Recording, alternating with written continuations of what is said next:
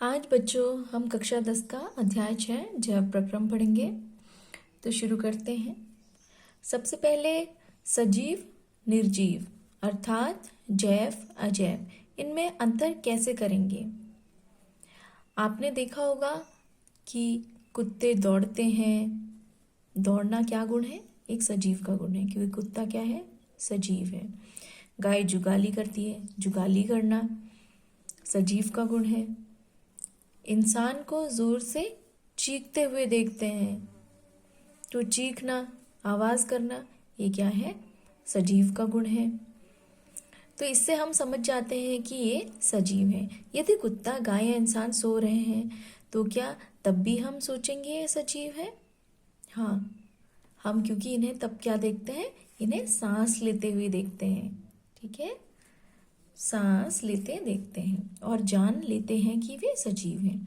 पौधों के बारे हम कैसे जानेंगे कि वह सजीव है?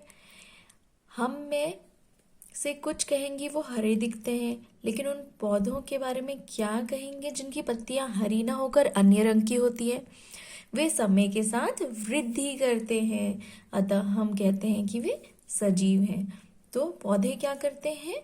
समय के साथ वृद्धि करते हैं। तो ये गुण क्या है? सजीव का गुण है, सांस लेना, वृद्धि करना। ये वृद्धि संबंधी या अन्य गतियां हो सकती हैं, लेकिन वह पौधा भी सजीव है जिसमें वृद्धि परिलक्षित नहीं होती। कुछ जंतु सांस तो लेते हैं, परंतु जिनमें गति स्पष्ट रूप से नहीं दिखाई देती, वे भी सजीव होते हैं। अतः दिखाई देने वाली गति जीवन के परिभाषित लक्षण के लिए पर्याप्त नहीं है। अति सूक्ष्म स्केल पर होने वाली गतियां आंखों से दिखाई नहीं देती। उदाहरण के लिए अणुओं की गतियां। क्या यह अदृश्य आणविक गति जीवन के लिए आवश्यक है? यदि हम यह प्रश्न किसी व्यवसायी जीव विज्ञानी से करें तो उसका उत्तर सकारात्मक होगा। वास्तव में विषाणु के अंदर आणविक गति नहीं होती जब तक वे किसी कोशिका को संक्रमित नहीं करते। अतः इसी कारण यह विवाद बना हुआ है कि विषाणु सजीव है या नहीं। तो विषाणु जब किसी जीव के अंदर होते हैं वो गतिशील होते हैं, उनमें वृद्धि भी होती है, जनन होता है, विभाजन होता है। लेकिन यदि वो किसी जीव में ना हो, बाहर हो, तो वो क्या होते हैं? वो कुछ नहीं कर सकते, मृत के समान होते हैं। इसलिए वह सजीव है या नहीं, यह प्रश्न विवादित प्रश्न है। जीवन के लिए आणविक गतियां क्यों आवश्यक है? पूर्व कक्षाओं में हम यह देख चुके हैं कि सजीव की संरचना सुसंगठित होती है। उनमें उत्तक हो सकते हैं, हमने 9th क्लास में पढ़ा था।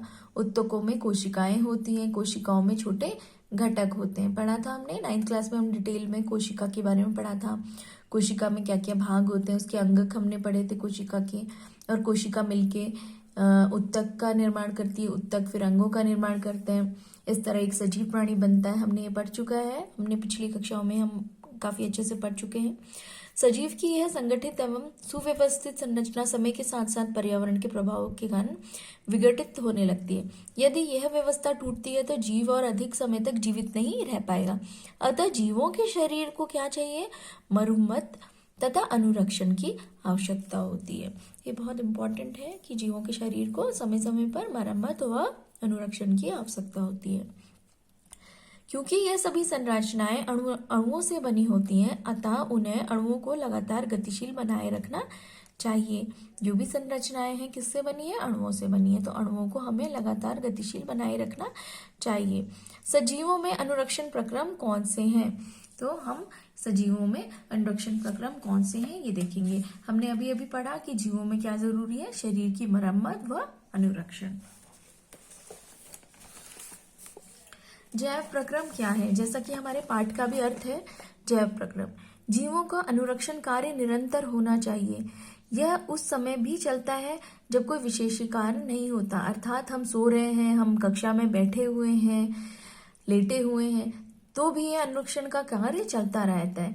यानी कि वे सभी प्रक्रम जो सम्मिलित रूप से अनुरक्षण का कार्य करते हैं, यानी कि शरीर को मेंटेन करने का काम करते हैं, उन्हें हम जैव प्रक्रम या लाइफ प्रोसेसेस कहते हैं। जो कि हम जीवित हैं तो ये प्रक्रिया हम में निरंतर चलती रहती है। आणविक गति निरंतर चलती रहती है। तो वे प्रक्रम जो सम्मिलित रूप से अनुरक्षण का कार्य करते हैं जैव प्रक्रम कहलाते हैं। और इस पाठ में हम जैव प्रक्रम ही पढ़ने वाले हैं। तो क्या क्या प्रक्रियाएं होती हैं जैव प्रक्रम में, हम ये आगे देखते हैं। क्योंकि क्षति तथा टूट फूट रोकने के लिए अनुरक्षण प्रक्रम की आवश्यकता होती है, अतः इसके लिए ऊर्जा की आवश्यकता होती है। और यह ऊर्जा हमें कैसे मिलती है? हमें यह ऊर्जा भोजन से मिलती है। यह ऊर्जा एकल जीव के शरीर में बाहर से आती है, इसलिए ऊर्जा के स्रोत का बाहर से जीव के शरीर में स्थानांतरण के लिए कोई प्रक्रम होना चाहिए। और यह प्रक्रम क्या कहलाता है? पोषण। जो हम भोजन लेते हैं बाहर से जिससे हमें ऊर्जा मिलती है, यह प्रक्रम क्या है? जैव प्रक्रम में बच्चों कई सारे प्रक्रम सम्मिलित है। ठीक है, कई सारे प्रक्रम सम्मिलित है। और सम्मिलित रूप से ये क्या कार्य करते हैं? जो भी प्रक्रम है अनुरक्षण का कार्य करते हैं, जो कि शरीर के लिए, जो जीव के लिए, सजीव के लिए आवश्यक होते हैं। ठीक है, तो अब हम एक एक करके क्या पढ़ने वाले हैं। सबसे पहले हमने पढ़ा कि हम जो जीव हैं हमें क्या चाहिए? एनर्जी चाहिए हर काम को करने के लिए, एनर्जी अर्थात ऊर्जा। और ऊर्जा हमारे शरीर में कहाँ से आती है? बाहर से आती है। किसके द्वारा, किस प्रक्रम के द्वारा ये ऊर्जा हमारे शरीर में प्रवेश करती है? पोषण के प्रक्रम के द्वारा।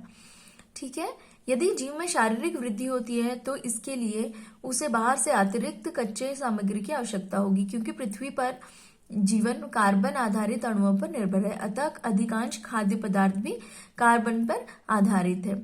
इन कार्बन स्रोतों को जटिलता के अनुसार विविध जीव भिन्न प्रकार के पोषण प्रक्रम को प्रयुक्त करते हैं। तो विभिन्न विभिन्न प्रकार के पोषण प्रक्रम है। कोई स्वपोषी होते हैं, कोई परपोषी होते हैं। फिर परपोषी में भी हम विभिन्न प्रकार के प्रक्रम पढ़ चुके हैं पिछली छोटी क्लासेस में।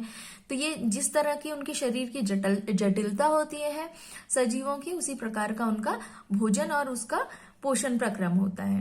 क्योंकि पर्यावरण किसी एक जीव के नियंत्रण में नहीं है, अतः ऊर्जा के लिए बाह्य स्रोत विविध प्रकार के हो सकते हैं। शरीर के अंदर ऊर्जा के इन स्रोतों के विघटन या निर्माण की आवश्यकता होती है, जिसमें ये अंततः ऊर्जा के एक समान स्रोत में परिवर्तित हो जाने चाहिए। यह विभिन्न आणविक गतियों के लिए एवं विभिन्न जीव शरीर के अनुरक्षण तथा शरीर की वृद्धि के लिए आवश्यक अणुओं के निर्माण में उपयोगी है। तो जो हम ऊर्जा ले रहे हैं, हम बाहर से जो भोजन ले रहे हैं और भोजन का फिर शरीर के अंदर विघटन हो रहा है, इससे हमें ऊर्जा प्राप्त हो रही है। किस लिए जरूरी है ऊर्जा? विभिन्न जो आणविक गति है हमारे शरीर में उसके लिए जरूरी है, शरीर की वृद्धि के लिए जरूरी है, और विभिन्न जो अणुओं का निर्माण हो रहा है उसके लिए जरूरी है। तो इसमें एक रासायनिक प्रक्रिया हमारे शरीर में चलते रहती है। ठीक है, और उपचयन अपचयन अभिक्रियाएं अणुओं के विघटन की कुछ सामान्य रासायनिक युक्तियां हैं। इसके लिए बहुत से जीव शरीर के बाहरी स्रोत से ऑक्सीजन प्रयुक्त करते हैं। अब हमें उपचयन के लिए क्या जरूरत होती है? ऑक्सीजन की जरूरत होती है। शरीर में हम जो भोजन लेते हैं तो भोजन का क्या होता है? भोजन का उपचयन होता है, और इस प्रक्रिया में फिर भोजन से हमें क्या मिलता है? भोजन से हमें मिलती है ऊर्जा। तो सबसे पहला प्रक्रम हमने जैव प्रक्रम में देखा कि जहां हम अणुओं का निर्माण कर रहे हैं, शरीर में अनुरक्षण का जो कार्य चल रहा है ना, जो टूट फूट हो रही है उसको ठीक करने का कार्य चल रहा है। शरीर में विभिन्न जो भी कार्य हो रहे हैं, अणुओं की गतियां चल रही हैं, वो कैसे हो रही है? ऊर्जा के कारण हो रही है। ऊर्जा की आवश्यकता होती है। तो ऊर्जा आपको मिलती है भोजन से। भोजन का जब विघटन होता है तो हमें ऊर्जा प्राप्त होती है। अब विघटन होने के लिए उपचयन अपचयन की प्रक्रियाएं होती हैं। उपचयन की प्रक्रिया के लिए हमें क्या चाहिए? ऑक्सीजन की जरूरत होती है।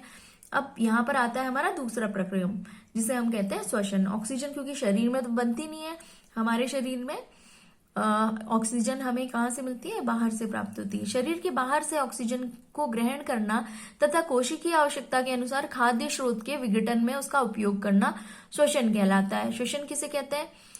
श्वसन एक प्रक्रम है शरीर का। ठीक है, जैव प्रक्रम में से एक प्रक्रम है। कई सारे प्रक्रम इसमें सम्मिलित होते हैं जैव प्रक्रम में। तो सबसे पहले हमने पोषण पढ़ा। पोषण में जहां हम खाद्य पदार्थ बाहर से अंदर हम प्राप्त करते हैं शरीर में, उसको पोषण कहते हैं। अब दूसरा हम पढ़ रहे हैं, जब हमने पोषण ले लिया है, हमने भोजन ले लिया है, उसमें से ऊर्जा हमें मिलनी है। तो ऊर्जा प्राप्त करने के लिए हमें अभिक्रिया होती है भोजन को तोड़ने की, जिससे ऊर्जा मिलती है। तो उस अभिक्रिया को करने के लिए ऑक्सीजन की जरूरत होती है। ये ऑक्सीजन हमारा जो शरीर है श्वसन की प्रक्रिया से बाहर से लेता है। शरीर को मिलती है ऑक्सीजन बाहर से। शरीर के बाहर से ऑक्सीजन को ग्रहण करना तथा कोशिकीय आवश्यकता के अनुसार खाद्य स्रोत के विघटन में उसका उपयोग श्वसन कहलाता है। ठीक है, तो यह प्रक्रिया क्या है? श्वसन की प्रक्रिया है। एक एक कोशिकीय जीव की पूरी सतह पर्यावरण के संपर्क में रहती है। एक कोशिकीय जीव की तो पूरी सतह पर्यावरण के संपर्क में रहती है। अतः इन्हें भोजन ग्रहण करने के लिए, गैसों का आदान प्रदान करने के लिए तथा वर्ज्य पदार्थ को निष्कासन करने के लिए किसी विशेष अंग की आवश्यकता नहीं होती। ठीक है, एक कोशिकीय जीव, क्योंकि आपको मालूम है वो पूरी सतह कैसी होती है, इसकी पर्यावरण के संपर्क में होती है, तो इसे विशेष प्रकार के अंगों की जरूरत नहीं है। इसको भोजन ग्रहण करने के लिए, गैसों के आदान प्रदान करने के लिए या वर्ज्य पदार्थ को बाहर करने के लिए किसी विशेष अंग की आवश्यकता नहीं है। लेकिन जो हमारे शरीर होते हैं, जो भी बहुकोशिकीय जीव होते हैं, उनके जो शरीर होते हैं उनमें क्या होता है, कुछ विशेष अंग होते हैं। हर क्रिया को करने के लिए विशेष अंग होते हैं। तो इस पार्ट में हम अंगों के बारे में पढ़ेंगे, इन क्रियाओं के बारे में पढ़ेंगे, और जो क्रियाएं पूरी मिलके क्या करती हैं, जैव प्रक्रम बनाती हैं। लेकिन जब जीव के शरीर का आकार बड़ा होता है तथा शारीरिक अभिकल्प अधिक जटिल हो जाते हैं, तब क्या होता है, बहुकोशिकीय जीव में सभी कोशिकाएं अपने आसपास के पर्यावरण के सीधे संपर्क में नहीं होती, तो वहां साधारण विसरण सभी कोशिकाओं की आवश्यकता वह पूरा नहीं कर सकता। जैसा कि कहाँ हो जाता है, एक कोशिकीय जीव में हो जाता है। तो हर कार्य को करने के लिए विशिष्ट अंग होते हैं। बहुकोशिकीय जीव में विभिन्न कार्यों को करने के लिए भिन्न भिन्न अंग विशिष्टीकृत हो जाते हैं। हम इन विशिष्टीकृत ऊतकों से तथा जीवों के शरीर में उनके संगठन से परिचित हैं। अतः इसमें कोई आश्चर्य नहीं है कि भोजन तथा ऑक्सीजन का अंतःग्रहण भी विशिष्टीकृत ऊतकों का कार्य है। परंतु इससे एक समस्या पैदा होती है। यद्यपि भोजन एवं ऑक्सीजन का अंतःग्रहण कुछ विशिष्ट अंगों द्वारा ही होता है, परंतु शरीर के सभी भागों को इनकी आवश्यकता होती है। इस स्थिति में भोजन एवं ऑक्सीजन को एक स्थान से दूसरे स्थान तक ले जाने के लिए वहन तंत्र की आवश्यकता होती है। अब हमने ये तो पढ़ लिया कि हमने भोजन लिया एक भाग से, और हमने श्वसन की प्रक्रिया के द्वारा ऑक्सीजन प्राप्त किया, जिससे जो भोजन है उससे हमें टूटा और हमें ऊर्जा प्राप्त हुई। ये तो हमने पढ़ लिया। अब देखो, ऊर्जा हमें प्राप्त हो गई, एक विशिष्ट अंगों के द्वारा हमने पोषण की प्रक्रिया करी, विशिष्ट अंग के द्वारा ही हमने जो श्वसन है उसकी प्रक्रिया करी। ये तो हो गया, ठीक है, विशिष्ट अंग तक तो पहुंच गया। लेकिन अभी हमको क्या करना है, हमारा जो शरीर है बहुकोशिकीय शरीर है, इसमें हर कोशिका को ऑक्सीजन की जरूरत है, हर कोशिका को ऊर्जा की जरूरत है। तो हर कोशिका की जो जरूरत है उसको पूर्ण करने के लिए एक विशिष्ट तंत्र होता है, जिसे वहन तंत्र कहते हैं। और इस वहन के तंत्र की आवश्यकता क्या है, हमें भोजन एवं ऑक्सीजन के स्थानांतरण के लिए, क्योंकि हमारा जो शरीर है वो बहुकोशिकीय है और हर कोशिका को जरूरत है, हर कोशिका तक पहुंचाने के लिए हमें भोजन और ऑक्सीजन पहुंचाना है, दोनों चीजें पहुंचानी है। भोजन यानी कि पोषण की प्रक्रिया से हमने भोजन प्राप्त किया, ऑक्सीजन यानी कि श्वसन। तो यहाँ पर तीसरा तंत्र हमारा आ गया है वहन तंत्र। ठीक है, तीसरी चीज हम पढ़ रहे हैं वहन तंत्र, जो क्या करता है, एक स्थान से वहन तंत्र दूसरे स्थान तक भोजन और ऑक्सीजन को क्या करता है, इनका वहन करता है। जब रासायनिक अभिक्रियाओं में कार्बन स्रोत तथा ऑक्सीजन का उपयोग ऊर्जा प्राप्ति के लिए होता है, तब ऐसे उपोत्पाद भी बनते हैं जो शरीर की कोशिकाओं के लिए न केवल अनुपयोगी होते हैं बल्कि वे हानिकारक भी होते हैं। अब हमने जो भी रासायनिक अभिक्रिया हुई, जहां पर हमने कार्बन स्रोत लिए, पोषण के लिए हमारे जो स्रोत होते हैं वो अधिकतर कार्बन स्रोत होते हैं, कार्बन के बने होते हैं। हमारा शरीर भी कार्बन का बना है। अधिकतर जो भी चीजें हैं हमारी पृथ्वी में, उसमें मैक्सिमम चीजें क्या है, कार्बन की बनी हुई है। तो ये जब हम लेते हैं और हम इनकी प्राप्ति के बाद हमें ऊर्जा मिलती है। अपघटन जब होता है भोजन का, तो वो किसकी सहायता से होता है, ऑक्सीजन की सहायता से, और हमें क्या मिलती है, ऊर्जा मिलती है। तो साथ में हमें कुछ अन्य उत्पाद भी मिलते हैं। तो ये जो अन्य उत्पाद होते हैं वो शरीर के लिए अनुपयोगी तो होते ही हैं, साथ में हानिकारक भी हो सकते हैं। तो इन पदार्थों को हम क्या कहते हैं, अपशिष्ट कहते हैं। क्या कहते हैं, अपशिष्ट कहते हैं। अपशिष्ट उपोत्पादों को शरीर से बाहर निकालना आवश्यक हो जाता है। क्यों आवश्यक हो जाता है? क्योंकि अनुपयोगी पदार्थ है, हानिकारक पदार्थ है। इस प्रक्रम को हम फिर क्या कहते हैं? उत्सर्जन का प्रक्रम कहते हैं। पोषण हमने भोजन लिया, श्वसन में हमने ऑक्सीजन ली ताकि हमें ऊर्जा प्राप्त हो भोजन से। फिर हमारा जो भोजन और ऑक्सीजन हमें मिल चुका है वो हमारा एक स्थान से दूसरे स्थान तक उसका वहन होता है, वहन तंत्र के द्वारा। अब शरीर में हमें जो उपयोगी चीजें हैं वो तो हमें मिली ही है, रासायनिक अभिक्रिया जब हुई है भोजन को तोड़ने की, टूट रहा है जब ये कार्बन स्रोत ऊर्जा में, लेकिन साथ में इसके हमें कुछ अनुपयोगी चीजें भी मिलती हैं, तो उनको शरीर क्या कर देता है? उन अपशिष्ट पदार्थों को बाहर निकाल देता है। क्यों निकालता है बाहर? क्योंकि ये पदार्थ हानिकारक है, अनुपयोगी है। तो इस प्रक्रिया को, इस प्रक्रम को हम उत्सर्जन का प्रक्रम कहेंगे। इसको भी हम डिटेल में पढ़ेंगे अभी आगे। यदि बहुकोशिकीय जीवों में शरीर अभिकल्पना के मूल नियमों का पालन किया जाता है तो उत्सर्जन के लिए विशिष्ट ऊतक विकसित हो जाएगा। इसका अर्थ है परिवहन तंत्र की आवश्यकता अपशिष्ट पदार्थों को कोशिका से इस उत्सर्जन ऊतक तक पहुंचाने की होगी।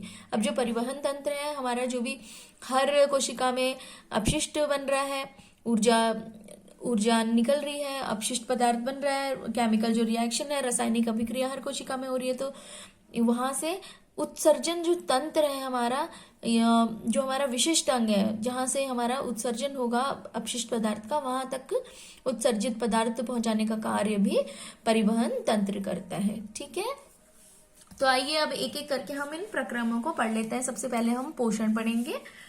पोषण, जब हम टहलते हैं या साइकिल की सवारी करते हैं तो हम ऊर्जा का उपयोग करते हैं। आपको पता है कोई भी कार्य हम बिना ऊर्जा के नहीं कर सकते। हम लिखने के कार्य के लिए भी हमें ऊर्जा चाहिए, बोलने के लिए हमें ऊर्जा चाहिए। कोई चीज हम सुन रहे हैं तो हम वो, उसमें भी हम कहीं ना कहीं ऊर्जा का प्रयोग करते हैं। तो हर कार्य जो भी हो रहा है, हमारा चलना, उठना, बैठना, इवन हम जब लेटे होते हैं तो भी हमारे शरीर में कोई ना कोई क्रिया चल रही है, तो हमें ऊर्जा की आवश्यकता होती है। भले ही वो थोड़ी थोड़ी आवश्यकता हो, लेकिन ऊर्जा की हमेशा हमें आवश्यकता होती है और हमारा शरीर ऊर्जा का उपयोग करके ही विभिन्न क्रियाकलाप करता रहता है। हमारे शरीर में क्रम की स्थिति के अनुरक्षण करने के लिए ऊर्जा की आवश्यकता होती है। वृद्धि, विकास, प्रोटीन संश्लेषण आदि हमें बाहर से भी पदार्थों की आवश्यकता होती है। यह ऊर्जा का स्रोत तथा पदार्थ जो हम खाते हैं वो भोजन है।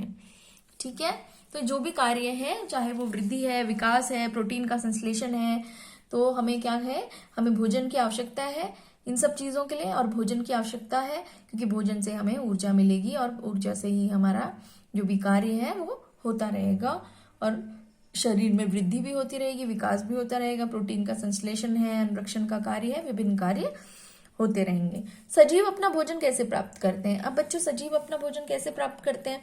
सजीव जो होते हैं वो दो प्रकार के होते हैं। स्वपोषी सजीव होते हैं और एक विषमपोषी। स्वपोषी हमारे पौधे होते हैं जो क्या करते हैं? जो अकार्बनिक स्रोतों से कार्बन डाइऑक्साइड, जल, ये सरल पदार्थ ले लेते हैं और उनसे क्या कर लेते हैं? वो भोजन का निर्माण करते हैं। ठीक है, तो वो हरे पौधे होते हैं जो स्वयं अपने भोजन का निर्माण करते हैं, उन्हें हम क्या कहते हैं? स्वपोषी कहते हैं। ये जीव स्वपोषी हैं जिनमें सभी हरे पौधे तथा कुछ जीवाणु भी आते हैं। अन्य जीव जटिल पदार्थों का उपयोग करते हैं और ये जटिल पदार्थ को फिर सरल पदार्थों में खंडित करना इनके लिए अनिवार्य होता है ताकि क्या मिल जाए? इनको ऊर्जा मिल जाए। तो ये जटिल पदार्थ कहाँ से लेते हैं अन्य जीव? स्वपोषी के अलावा जो जीव होते हैं उन्हें परपोषी कहते हैं। परपोषी पोषण भी कई प्रकार का होता है, आप पिछली कक्षाओं में बहुत अच्छे से डिटेल में पढ़ चुके हैं, है ना। तो परपोषी में क्या करते हैं? दूसरे जीवों पर निर्भर होते हैं। जो जीव होते हैं परपोषी, वो दूसरे जीवों पर निर्भर होते हैं अपने भोजन के लिए। तो ये भोजन क्या ले लेते हैं? जटिल पदार्थ का उपयोग करते हैं भोजन के रूप में और इन पदार्थों को फिर सरल रूप में खंडित किया जाता है इनके शरीर में ताकि ये जीव के समारक्षण तथा वृद्धि में प्रयुक्त हो सकें। इसे प्राप्त करने के लिए जीव जैव उत्प्रेरक का उपयोग करते हैं। जैव उत्प्रेरक जिसे एंजाइम भी कहते हैं, उनका उपयोग करते हैं।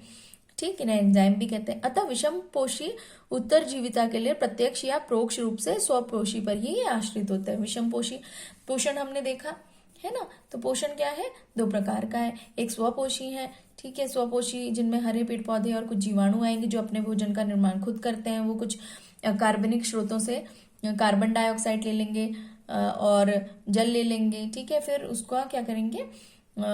उससे भोजन का निर्माण करते हैं सूर्य की उपस्थिति में। ठीक है, और परपोषी क्या है? परपोषी अपना जो भोजन है, चाहे वो अपना भोजन प्रत्यक्ष रूप से लें या परोक्ष रूप से, वो किस पर डिपेंड करते हैं? स्वपोषी पोषण पर, स्वपोषी जीवों पर डिपेंड करते हैं। ठीक है, तो इनका जो पोषण प्रक्रिया है वो क्या है? परपोषी है। ठीक है, क्या है ये? परपोषी कहलाते हैं। ठीक है, परपोषी, जो अपना भोजन खुद नहीं बनाते हैं, डिपेंड करते हैं डायरेक्टली या इनडायरेक्टली स्वपोषी जीवों पर। आगे पढ़ेंगे हम स्वपोषी पोषण। ठीक है, स्वपोषी पोषण में हम हरे पेड़ पौधों के बारे में पढ़ेंगे।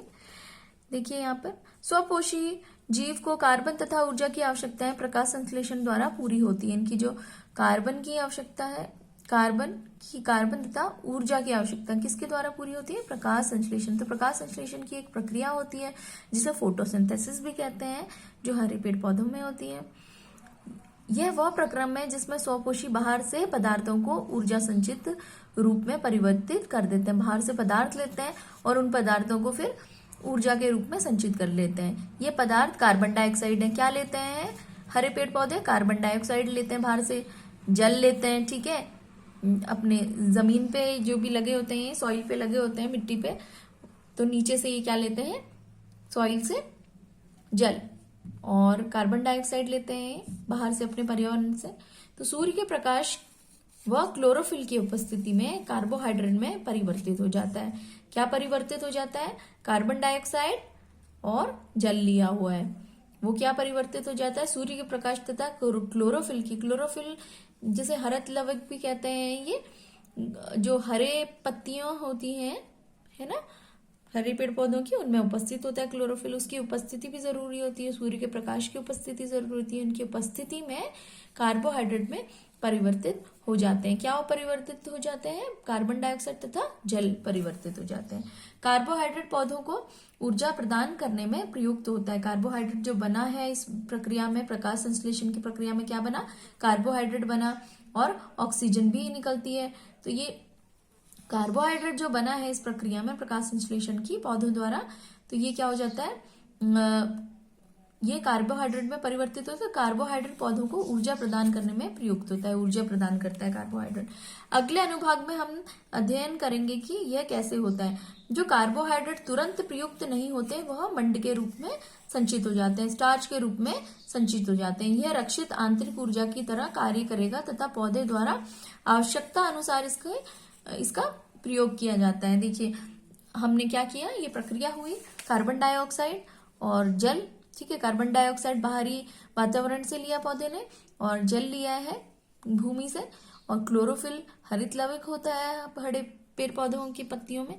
तो क्लोरोफिल की उपस्थिति में, सूर्य के प्रकाश की उपस्थिति में क्या बन गया है? कार्बोहाइड्रेट बन गया है। सिंपल ग्लूकोज का फॉर्मूला है जो कि कार्बोहाइड्रेट होता है, और ऑक्सीजन निकलती है। अभी कार्बोहाइड्रेट जितना उपयोग करना है ऊर्जा के रूप में, इन्होंने उपयोग कर लिया है पेड़ पौधों ने, और जो उपयोग नहीं करना है, ये किस रूप में संचित कर लेते हैं पेड़ पौधे, ये आपको ध्यान रखना है। किस रूप में कार्बोहाइड्रेट का संचय होता है पेड़ पौधों में? मंड के रूप में, स्टार्च के रूप में। ठीक है, ये रक्षित आंतरिक ऊर्जा की तरह कार्य करेगा मंड, तथा पौधे द्वारा आवश्यकता अनुसार फिर इसका प्रयोग किया जाता है। कुछ इसी तरह की स्थिति हमारे अंदर भी देखी जाती है। हमारे द्वारा खाए गए भोजन से व्युत्पन्न ऊर्जा का कुछ भाग हमारे शरीर में ग्लाइकोजन के रूप में संचित हो जाता है। ठीक है, हमने डायरेक्टली जो ग्लूकोज यूज किया, और फिर उसके बाद जो हमें यूज नहीं करनी है, एनर्जी की हमें जरूरत नहीं है, तो हम ग्लाइकोजन के रूप में हमारे शरीर में स्टोर होता रहता है, लिवर में स्टोर हो जाता है। ठीक है, चलिए अब आगे पढ़ते हैं। ये हमारी अभिक्रिया है, रासायनिक अभिक्रिया। किसमें, कहाँ पर हो रही है ये रासायनिक अभिक्रिया? ये पत्तों में होती है, पेड़ पौधों में, हरे पेड़ पौधों में। तो ये रासायनिक अभिक्रिया है प्रकाश संश्लेषण की, आपको याद करनी है ये। अब हम देखते हैं कि प्रकाश संश्लेषण प्रक्रम के वास्तव में क्या होता है। इस प्रक्रम के दौरान निम्नलिखित घटनाएं होती हैं। क्या क्या घटनाएं होती हैं, चलिए देखते हैं। सबसे पहले क्लोरोफिल द्वारा प्रकाश ऊर्जा को अवशोषित किया जाता है। क्लोरोफिल उपस्थित होता है, जिसे हरित लवक भी कहते हैं हरे पेड़ पौधों में। प्रकाश ऊर्जा को रासायनिक ऊर्जा में रूपांतरित किया जाता है, तथा जल अणुओं का हाइड्रोजन तथा ऑक्सीजन में अपघटन होता है। जो प्रकाश ऊर्जा है इसको रासायनिक ऊर्जा में रूपांतरित किया जाता है, और जल के अणुओं को हाइड्रोजन और ऑक्सीजन में अपघटित किया जाता है, तभी ऑक्सीजन भी निकलती है सभी क्रिया में प्रकाश संश्लेषण की। तीसरा, कार्बन डाइऑक्साइड का कार्बोहाइड्रेट में अपचयन होता है। कार्बन डाइऑक्साइड जो हमने लिया है, कच्चा कार्बन डाइऑक्साइड, उसका क्या हो गया है, कार्बोहाइड्रेट में उसका अपचयन हो गया है। यह आवश्यक नहीं है कि ये चरण तत्काल एक के बाद दूसरा हो। उदाहरण के लिए मरुद्भिद पौधे रात्रि में कार्बन डाइऑक्साइड लेते हैं और एक मध्यस्थ उत्पाद बनाते हैं। दिन में क्लोरोफिल ऊर्जा अवशोषित करके अंतिम उत्पाद बनता है। आइए हम देखें कि उपरोक्त अभिक्रिया का प्रत्येक घटक प्रकाश संश्लेषण के लिए किस प्रकार आवश्यक है। यदि आप ध्यानपूर्वक एक पत्ती के अनुप्रस्थ काट का सूक्ष्मदर्शी द्वारा अवलोकन करेंगे, जैसा 6.1 में दिया है चित्र में, तो आप नोट करेंगे कि कुछ कोशिकाओं में हरे रंग के बिंदु दिखाई देते हैं। ये बिंदु कोशिकांग हैं जिन्हें क्लोरोप्लास्ट कहते हैं। इसमें क्लोरोफिल होता है, ठीक है। और ये एक क्रियाकलाप के द्वारा हम करेंगे कि किस प्रकार प्रकाश संश्लेषण के लिए क्लोरोफिल की आवश्यकता है। ये आप देख सकते हैं, यहाँ पर पत्ती की एक अनुप्रस्थ काट है, ठीक है, देख पा रहे हैं आप लोग। देखिए पत्ता है, इसमें फ्लोएम है, जाइलम है। फ्लोएम क्या है, ये संवहन बंडल है। फ्लोएम भोजन को ले जाता है विभिन्न भागों तक पौधे के, और जाइलम पानी को ले जाता है। ये शिरा है, ये पर्णपटल है, ये मध्य शिरा है, बीच में हम देख रहे हैं। इसको हम इस तरह से अगर देखेंगे, अनुप्रस्थ काट देखेंगे तो हमें ये दिखाई देगा, मोमी क्यूटिकल दिखाई देगा ऊपर, ऊपरी बाह्य त्वचा, फिर हरित लवक इसमें दिखाई देंगे, और हरित लवक के बीच में वायु कोश, फिर द्वार कोशिका दिखाई देंगी आपको निचली बाह्य त्वचा में पत्ती की, ठीक है। आगे ये देखिए, ये जो रंध्र है, ये खुला रंध्र है, ठीक है, स्टोमेटा कहते हैं जिसे हम, खुला रंध्र है, और ये बंद रंध्र है। यहाँ से ये जो रंध्र छिद्र है, यहाँ से क्या होता है, ये दोनों द्वार कोशिकाएं हैं। ये किडनी शेप की है, जो बीन, किडनी बीन, राजमा आपने देखी होंगी, इस शेप की जो है ये द्वार कोशिकाएं हैं। ये खुली हैं तो आपको रंध्र छिद्र दिख रहा है। यहीं से आपका जो हवा है, ऑक्सीजन गैस अंदर बाहर पास होता है, ठीक है। प्रकाश संश्लेषण की प्रक्रिया में जैसे कार्बन डाइऑक्साइड की जरूरत है, तो यहीं से आपका अंदर आएगा, ऑक्सीजन आपका यहीं से बाहर निकलेगी, ठीक है। और ये बंद रंध्र है, दिखाई दे रहा है आपको, ठीक है। तो बच्चों, आगे का टॉपिक हम नेक्स्ट वीडियो में पढ़ेंगे। मिलते हैं नेक्स्ट वीडियो में। Thank you.